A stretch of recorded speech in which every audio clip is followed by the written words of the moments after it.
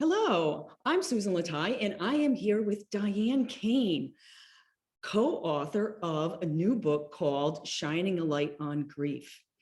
Welcome, Diane. Hi, Susan. I'm so excited to be here today. Yes, I'm so thrilled to have you here and to have you as one of the authors of the new compilation book. Can you please tell us a little bit about your chapter titled, I'm Glad I Didn't Miss the Dance? Yes. So, didn't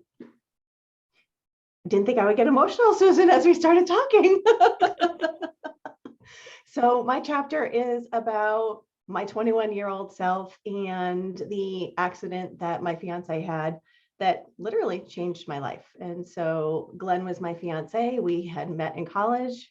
We had 1 year of me to go to finish off my degree. And, life was changed really pretty much in an instant by a car accident. And, you understand that life is not promised and that you need to value every single moment. And so that's what I was sharing in my chapter. Yeah, what a huge lesson to learn at such an early age. Yeah. To really go through that type of trauma, really. Absolutely. And to deal with that type of grief at a young age. And it took me, I realized as I was writing how it took me on my own path of really learning more about how the brain works, how human behavior is. And as I reflect back, understanding that at 21, your brain's not really fully formed and what that does from your own wiring. So that was an unexpected realization coming out of actually doing the book together. Yeah, so the book was quite a journey, wasn't it? Oh, yes, it was. Absolutely. One I don't think we could have prepared for. No, there was definitely no preparation, but it was beautiful. It's been a beautiful experience to be able to share with the other authors, to process at a whole different level that you didn't think that we didn't think was going to occur through the process. And it's been an exciting and wonderful and really supported experience. So I love the way you've guided us through it, Susan. It's going to change many lives. Yes, absolutely. So when I reached out to you and you ultimately told me, yes, I will be part of this project, can you share why you wanted to be part of it? Oh, because I told you no in the beginning. I'm like, I don't know, Susan. I need to think about it. And the more I thought about it, and then the more I talked it over with my husband, he was just like, you need to share it. You need to do it. And I realized that I've been living with it for 30 years, and I wanted people to understand that you live with it. It doesn't end. It's not a finite experience. Grief comes in waves, and it comes in waves even 30 years later. And I just want people to understand that, yes, you're changed by it. No, you're not alone in it. And there's no set timetable. There's no right or wrong. There might be healthy or unhealthy, but going through the process is your own personal process. And I really just wanted to share where I was early on and where I am today and what I learned in it, in the hopes that even if it helps just one person, then that's what we've done, right? That was the intention, was to share that. Yes, and grateful that you were part of this. I think one thing in this journey of creating this book, we all learned a lot about ourselves, that, the power that we realized behind writing our story was unpredictable. Yeah. Totally unpredictable. Absolutely. So I think that was something I learned, especially being a grief coach, that I knew how important it was, although at this level, it just brought that up even more. Yeah. That how important it is to share your story, even if it's just verbal. So many people don't have that opportunity. Right. No, they really don't, because a lot of grief is messy. It's a scary thing, right? We're talking about loss. Right. And it's one of the scariest things that we all go through. And it's so it's painful, and we haven't really been taught how to cope through that level of pain. Yeah. And when you're around people who, it makes people uncomfortable. They just don't want to say the wrong thing. They don't want you to hurt anymore. They just don't know what to do with that. That really, it gets messy. It does. We get messy. It does. It's an inside job. There's no doubt about it. There's nobody that can take it on for you. People can be there to support. And that's really all somebody else can do. Yeah.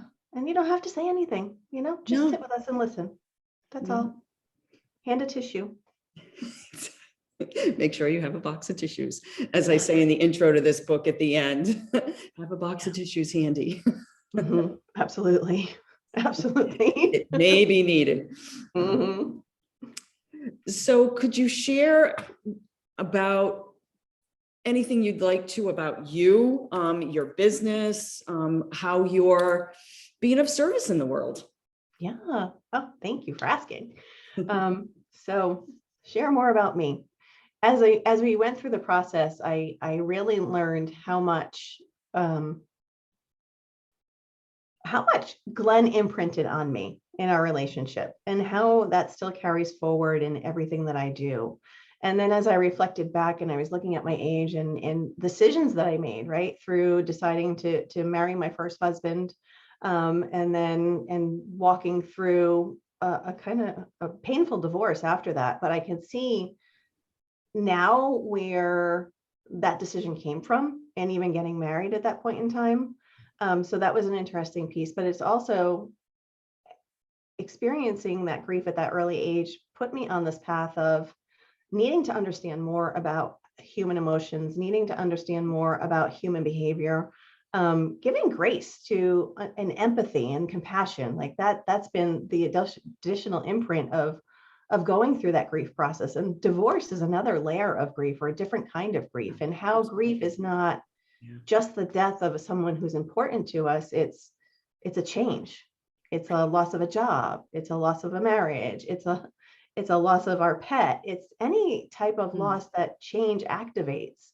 And just understanding, we only label grief in the loss of a human being, but it's in all of those other things. And so that led me to my own coaching path. It led me to having more of that awareness, even as I was working in the corporate world and in business.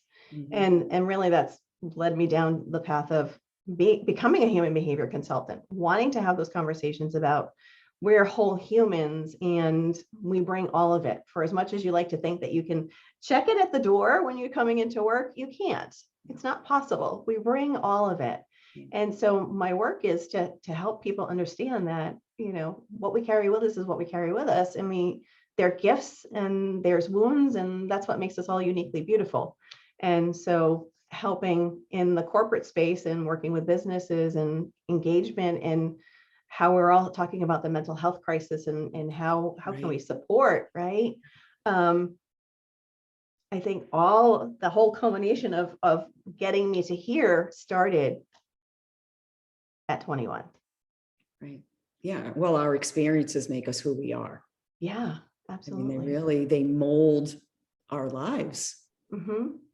As much as sometimes we don't want them to, they do. They change us. And sometimes it's, about rediscovering ourselves in the process as we're grieving, because I find that, not only are we grieving the loss of the loved one, we're also grieving ourselves and who we were with them and how that defined us. Yes, absolutely. So I think, yes, so you're doing great work. Thank you. All right. Well, that is all the questions I have for you today. And I wanted to keep this quick and short. So thank you so much for being with me and answering the questions. And I look forward to what our book will do. It's so exciting. It's really exciting. So thank you. Thank you for inviting me, and thank you for having me on. Yes. Thank you for being here. Talk to you soon.